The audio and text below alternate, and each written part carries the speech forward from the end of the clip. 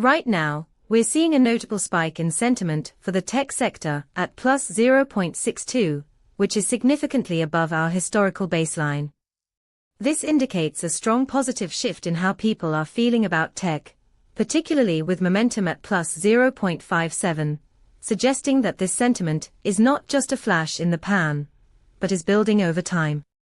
Our API returns rich insights, including sentiment scores and semantic clusters, which help you understand the nuances behind the data. For instance, you could use this information to inform your product development strategy, or to pivot your marketing efforts based on real-time sentiment shifts. If you want to dive deeper into these insights, check out our documentation at pulsebit.lojenterprise.com/docs.